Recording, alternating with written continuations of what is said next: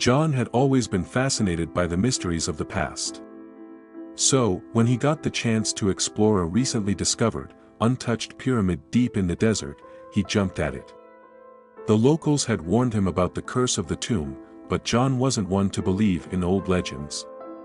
He thought of it as nothing more than superstition, something to attract tourists. After hours of navigating narrow, crumbling passageways and dodging ancient traps, John found what he'd been searching for, an elaborate stone sarcophagus at the heart of the pyramid.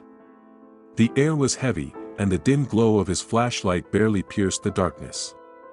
His hands trembled with excitement as he examined the intricate carvings on the lid.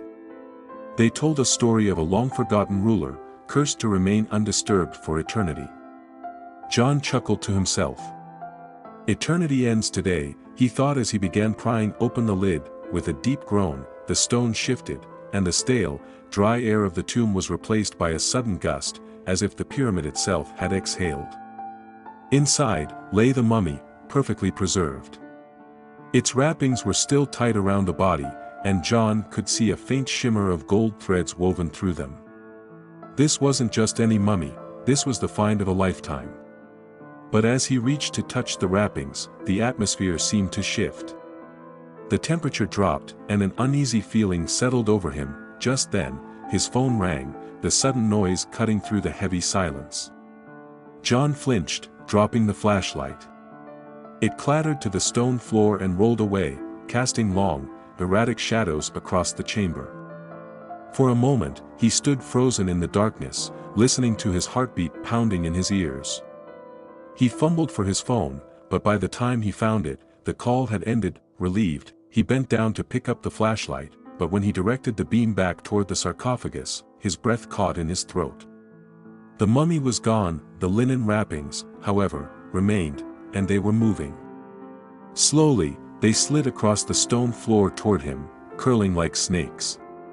John stumbled back, his mind racing to comprehend what he was seeing. This can't be real. He turned to run, but the floor of the chamber was uneven, and his foot caught on a loose stone. He crashed to the ground with a grunt, his flashlight slipping from his grip once again. As he scrambled to get up, the wrappings reached him, wrapping themselves around his legs with cold, inhuman precision. The dampness of the linen against his skin felt wrong, like something long dead that had been preserved far too long. The wrappings tightened as they crept higher, coiling around his arms and chest, squeezing the air from his lungs. John tried to scream, but his voice was trapped. Just like him, in the flickering light, he saw a figure emerging from the shadows. The mummy, still wrapped in remnants of linen, now stood over him, its hollow eyes staring down with an unnatural intensity.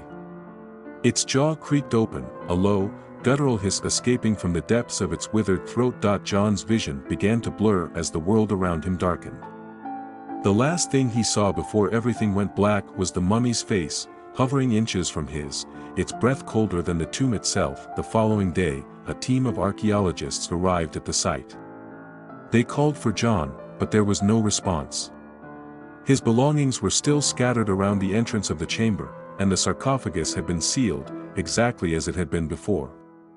There was no sign of a struggle, no trace of the man who had been so eager to uncover the mysteries of the past, except for one thing. On the lid of the sarcophagus, a fresh scratch had appeared, deep and jagged, as though someone from inside had clawed at the stone, desperately trying to escape.